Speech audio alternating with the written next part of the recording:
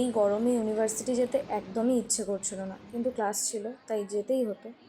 যদিও আমার university life আর মাত্র একটা মাস, সেটা ভেবেও একটু খারাপ লাগছে।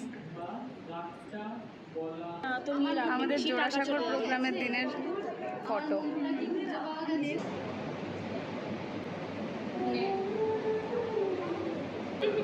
ও আমার একটা অ্যাপ্লিকেশন লিখে দিচ্ছে, তাই আমি ওকে খাইয়ে দিচ্ছি। ম্যাডাম টিফিনটা ওরই।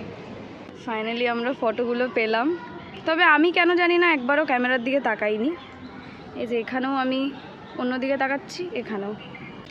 স্কলারশিপের কাজ কখনো একদিনে হয় না, মানে 10বার একটা স্টুডেন্টকে না ঘোরালে ওদের টাকা দিতে ইচ্ছে করে না আর কি।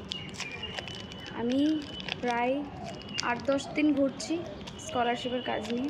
প্রত্যেক দিনই বলছে এটা ওটা সেটা আনতে হবে, কিন্তু প্রথম দিন বলবে না যে এইগুলো আনতে হবে।